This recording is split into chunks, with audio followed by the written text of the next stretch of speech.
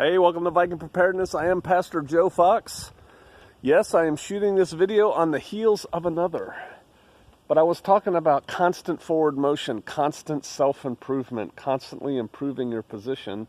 And it strikes me that we have an excellent example of that here. This is what we euphemistically refer to as our pasture. This section right out here all used to look, try not to make you dizzy, like that. And we basically cleared out the little trees. And at one time, this was years ago, I came down here right after we cleared them out, and we cut them down and burned the branches and drug the logs off to be used elsewhere. And then I came in with a hand scatterer and planted seeds for grass. And it was grass, and it still is grass. That out there is grass for a couple years. And then, you know, life, we got away from us. And so it took us an afternoon with 12 people, I don't know, about 5 or 6 years ago, to build what we call our pasture. And then we fenced it with these cattle panels, thusly. And we call it our goats' winter quarters. And we put our goats down here in the wintertime. We throw hay in there. Once there's not enough food to eat in the woods, we put them down here, throw hay at them, and then we can kind of leave them alone for a while instead of tying them out every day.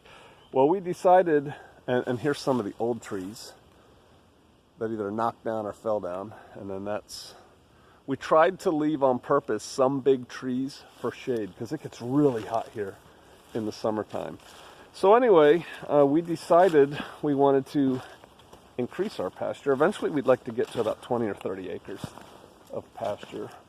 And we just do it a little bit at a time. And I'll show you what we did. We're going to go over here. Why do we need pasture? Eventually I'd like to raise a couple head of cattle out here. For that you need pasture. And right now it's just working with the land, using what we can get. And so we started clearing, and there's a lot of deer trails in here. We started clearing out this, and all this is new. Where it looks kind of openy and park-like, we did that. We didn't cut down every tree we need to yet. The trees with a tape on them, we're going to leave. And then the other ones, we're going to cut down. And so what we did is we dropped the trees. You can see there, a little stump. Cut the branches off, burn the branches because we don't need them and we don't want a big pile of them. If this was on YouTube, people would say, you need to make brush piles for the animals. Trust me, they've got brush piles. And then we burnt the leaves, and then we saved the logs that are going to be useful for firewood or fence posts or other things. Right here, stack them up. This is probably all going to get turned into firewood. And then we had bigger logs. These we haven't policed up yet.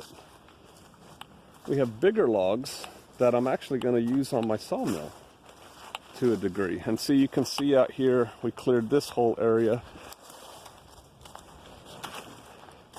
All pasture. It's going to be pasture. Now, I know, right now it looks like a bomb hit it, but I can cast a vision, and I can see when all this brush is cleaned up, all of this is going to be nice grass with just a couple big trees in it. This log right here is going to go to the sawmill. It carried up there with Jack. We discovered something while we were down here doing this. Jack sunk in some big muddy, whoa, I just stepped over my ankle. This is really boggy and swampy down here, and it's really good dirt. I was really excited about it because we don't have good dirt here on Shofar Mountain, and that right there is good dirt. I said, man, I could come down here and scoop it up and put it in my raised beds or something. But when we drove over it with Jack, it was just like muddy, and I sunk down in it, almost got stuck even in four-wheel drive. And I came back in the afternoon, and they were all full of water. We have a lot of water here in the Ozarks. So that's one of the things where we're constantly improving, is this.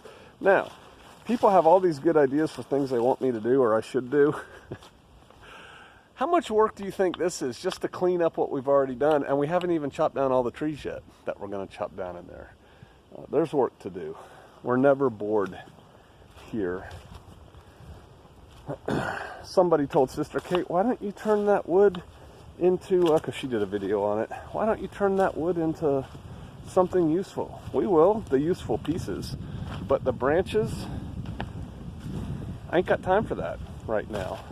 These are the logs right here that we're also going to use at the sawmill and as firewood. Like this one right here is dead.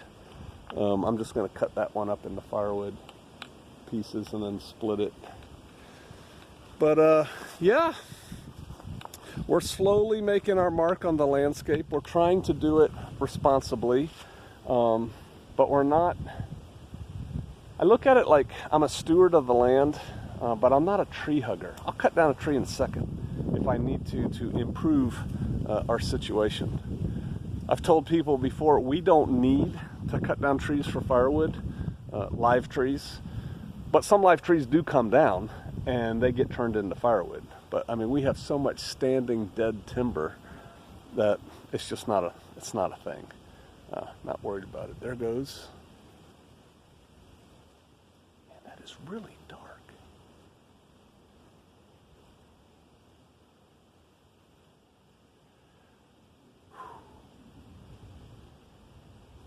So we supposedly have cougars around here. I just saw running. I'm going to try and show you with my finger how fast it was running. There, can you see that? It was running along that slope up there, and it ran about this fast, which is pretty darn fast. And it ran quietly, unlike a deer, and it was very dark, unlike a deer. I didn't see the white flag. I didn't see, it wasn't the tannish like leaf color. It was dark, like almost black.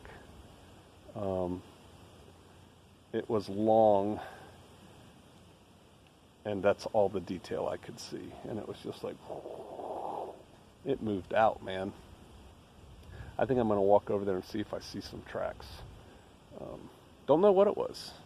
If it was a mountain lion, it was a dark one. It wasn't a bear, I don't think. It was running way too fast. Could have been a dark coyote, maybe. They look longer when they're running because their tail sticks out. And they're kind of quiet. And I'm sitting here with a camera in one hand, coffee in the other, and I'm making noise. If I'd been down here with my deer rifle, it would have been a different story.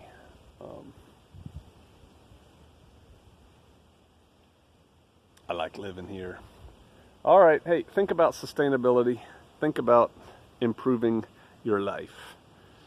I'll see you out there.